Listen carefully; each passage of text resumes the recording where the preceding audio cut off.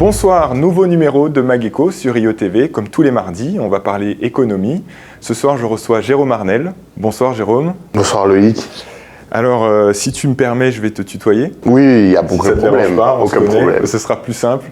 Alors, tu es cofondateur et directeur général de la start-up Avili. La start-up Avili qui est la première compagnie aérienne d'affaires des Antilles françaises. Tout à fait. Alors Avili, comme tu l'as dit, première compagnie des Antilles françaises entièrement dédiée aux entreprises. Nous souhaitons donc proposer un service innovant pour les déplacements professionnels entre Saint-Martin, la Guadeloupe et la Martinique. Autour de 4 services principaux. Une réservation 100% digitale avec à la fois un logiciel de gestion pour l'entreprise et une application mobile pour le voyageur. Des services professionnels avant, pendant et après le vol. Parking, ligne d'accès prioritaire, lounge et ainsi de suite. Un avion complètement première classe, le Pilatus PC-12, 6 places, des sièges larges, la possibilité d'avoir de la Wi-Fi, des prises électriques, des boissons chaudes et froides, mais également de la presse nationale et locale. Et puis le club Avili qui lui reconnectera les passagers business entre eux via différents événements culturels, sportifs, musicaux et également des after-work professionnels. Voilà. Alors, on vous suit depuis un petit moment. On avait fait un sujet déjà sur la compagnie il y a 1 an. Tout à fait. Vous étiez en plein développement. Oui. Comment t'es venue l'idée? Alors, 2 expériences principales essentiellement. La première, un déplacement personnel que j'ai dû effectuer pour la Barbade et où malheureusement un vol qui devait s'effectuer en 3 heures s'est effectué finalement en 18 heures avec toutes les difficultés que ça amène et aujourd'hui c'est un constat qui est commun sur le réseau. Et puis une deuxième expérience puisque moi je suis pilote professionnel et donc j'ai travaillé sur la plateforme de Grand Case en tant qu'agent des opérations pour une compagnie aérienne locale. Et j'ai pu voir directement les difficultés qu'avaient certains professionnels à se déplacer, notamment lorsqu'il y a un vol annulé. Alors je repense à ce chef d'entreprise que j'ai rencontré, dont le vol avait été annulé et qui avait dû dans la foulée annuler 4 réunions et 2 rendez-vous commerciaux pour sa société. Et donc c'est de là qu'on s'est dit avec mes 2 associés, Maëva Brouillon et Cédric Dalfraz, qu'il était impératif de proposer un service innovant pour les entreprises. Est-ce qu'on peut parler très rapidement de tarifs, même si c'est encore quelque chose qui est à définir? Oui, on peut en discuter. Alors la première chose, c'est que justement, on n'est pas tout seul dans l'appareil. Nous, on va proposer donc des vols qui sont réguliers, quotidiens, dans lesquels différents professionnels, différentes entreprises vont se côtoyer. Et donc, ça nous permet d'avoir aujourd'hui un prix d'appel qui est relativement correct. Donc, on a 2 produits. Un produit d'abord pour les toutes petites entreprises, les voyageurs très peu réguliers, donc on est entre 10 et 15 allers-retours par an. Nous, on a ce qu'on appelle la Flycard. La Flycard, c'est 10 allers-retours qui sont prépayés, ouverts, modifiables, avec l'ensemble des services Avili, et pour 3 collaborateurs différents de la même structure. Donc cette carte-là, à partir de 6 000 € hors taxe. Et pour les PME, plus grandes entreprises, ou les voyageurs très très réguliers, donc on parle de plus de 20 allers-retours par an, on a l'abonnement Avili, donc à partir d'un abonnement qui est mensualisé ou annualisé, qui permet de voyager en quasi illimité. Donc aujourd'hui, sur le lancement, 36 allers-retours par an, mais on espère pouvoir arriver à 52 allers-retours, donc vraiment quasiment illimité. Donc 6 000 € pour 10 allers-retours. Pour 10 allers-retours. Avec des services où on gagne beaucoup de temps. Justement, c'est quelque chose que vous défendez, le gain de temps? Tout à fait. Aujourd'hui, le temps c'est de l'argent, on le dit souvent, mais Avili, et par l'étude de marché que nous avons effectuée, on a essayé de quantifier ce qu'est ce temps. Et aujourd'hui, en fait, lorsqu'on factorise à la fois le temps de prendre le billet, les problèmes de réservation, l'expérience en aéroport, le vol et ensuite toutes les conséquences corporelles et psychiques sur un déplacement, puisqu'on oublie souvent que ça reste un déplacement en avion, on est aujourd'hui sur l'ensemble des entreprises des Antilles françaises sur une perte de productivité de l'ordre de 300 à 400 millions d'euros par an, donc plus de 25 000 € par jour, ce qui aujourd'hui est extraordinaire. Alors je le disais, moi je suis très content de te recevoir, pas parce qu'on se connaît, mais parce que ça fait partie de cette nouvelle génération où on entend parler de start-up.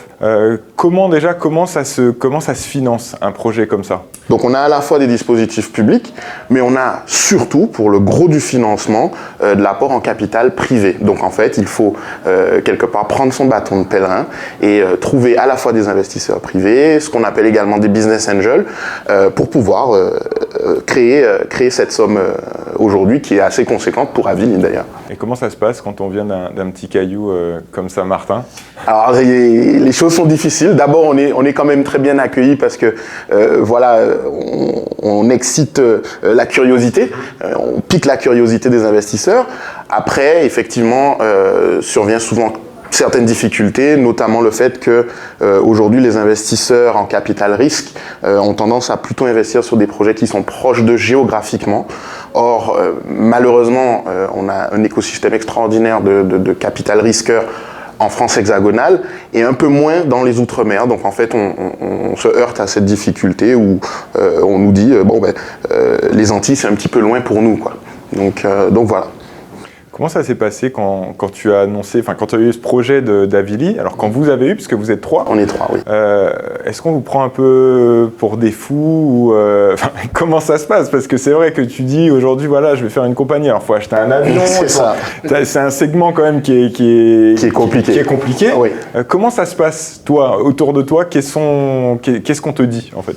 Alors, c'est vrai qu'au début, on était pris pour des fous, mais a priori, tous ceux qui ont voulu créer des compagnies aériennes sont pris pour des fous au départ. Pourquoi? Parce que ça demande effectivement beaucoup d'investissement et beaucoup de temps finalement pour un projet ou pour des projets qui sont très risqués.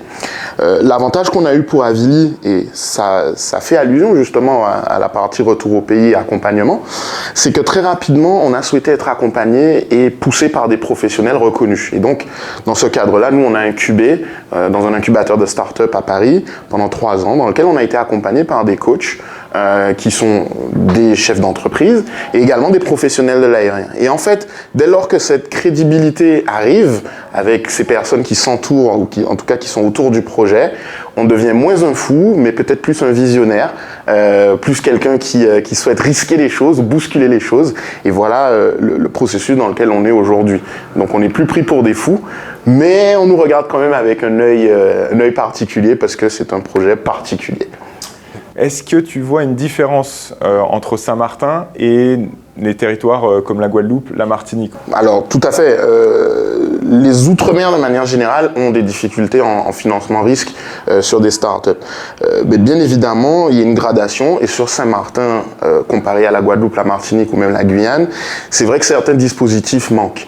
Je pense notamment à la région Guadeloupe ou la région Martinique, qui ont aujourd'hui des dispositifs à la fois d'accompagnement de l'entrepreneur sur son retour au pays, parce qu'on oublie de parler de ce sujet-là, mais qui est un sujet difficile, mais également sur du financement en capital risque, où voilà, il y a différents fonds qui existent, différentes associations, et qui sont malheureusement plus présentes sur la Guadeloupe, la Martinique, un petit peu moins présentes à Saint-Martin. C'est-à-dire qu'il n'existe pas aujourd'hui d'associations d'investisseurs sur Saint-Martin ou de clubs d'investissement comme il peut exister sur Paris ou en Guadeloupe et en Martinique. On expliquait juste, sans te couper, un petit peu comment ça fonctionne, le club d'investisseurs. Alors, le club d'investisseurs, c'est une dizaine, une vingtaine, une trentaine de personnes qui sont capables d'apporter à peu près entre 30 et 50 000 euros de capital chaque année.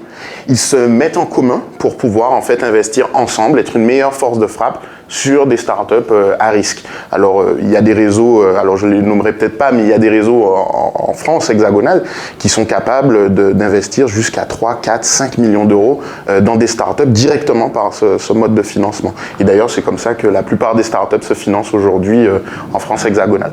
Alors on parlait justement de nouveaux projets, des startups, des choses qu'on n'entendait pas, le fait de partir, puisque comme tous les étudiants, on est obligé de partir. Ouais. Tu es parti pour faire des études, mais tu as la volonté de revenir sur le territoire, comme de plus en plus de ta génération aujourd'hui. On a cette difficulté à partir. Oui. Et ensuite, on a en fait une difficulté à revenir. Tout à fait. Est-ce que tu la sens cette difficulté? Ah oui, tout à fait.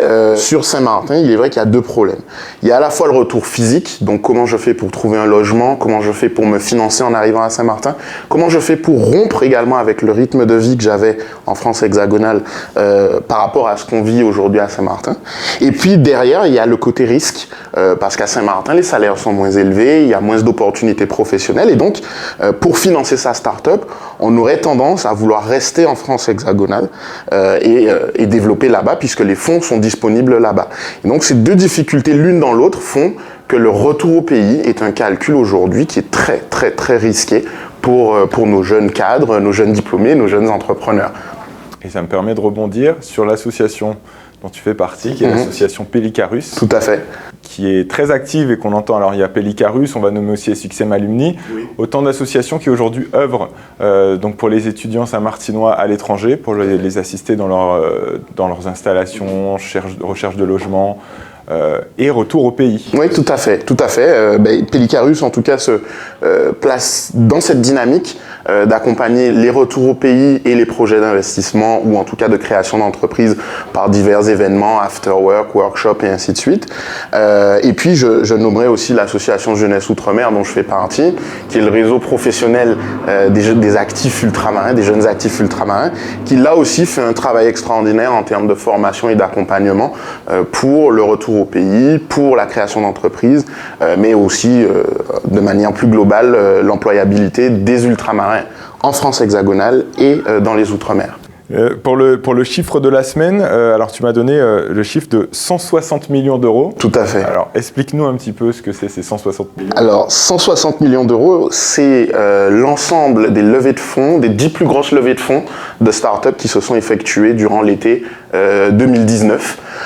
Et malheureusement, parmi ces 10 plus grosses start-up, nous n'avons aucune start-up ultramarine et c'est quelque chose qui me mine aujourd'hui parce que je pense que les Outre-mer sont aussi potentiels d'innovation, de création et il faut qu'on mette tous les moyens possibles pour qu'on ait l'année prochaine, j'espère, ou peut-être dans quelques années.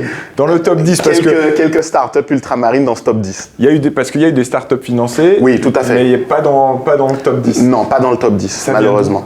D'après toi, est-ce qu'on est forcé de ne pas être dans ce top 10? Est-ce qu'on pourrait être dans ce top 10 puisqu'on est quand même un petit territoire, enfin on est plein de petits territoires oui. difficiles à appréhender, où on vit chacun d'une manière différente? C'est vrai.